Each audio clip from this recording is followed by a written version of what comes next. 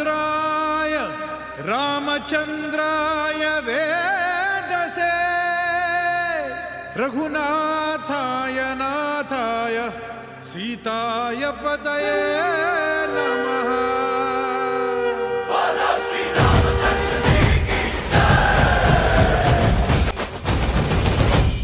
ರಾಮನಾಮ ಹಾಡಿರೋ ರಾಮ ಬರುವನು, ಅವನ ಹಿಂದೆ ಹನುಮನು ಇದ್ದೇ ಇರುವನು.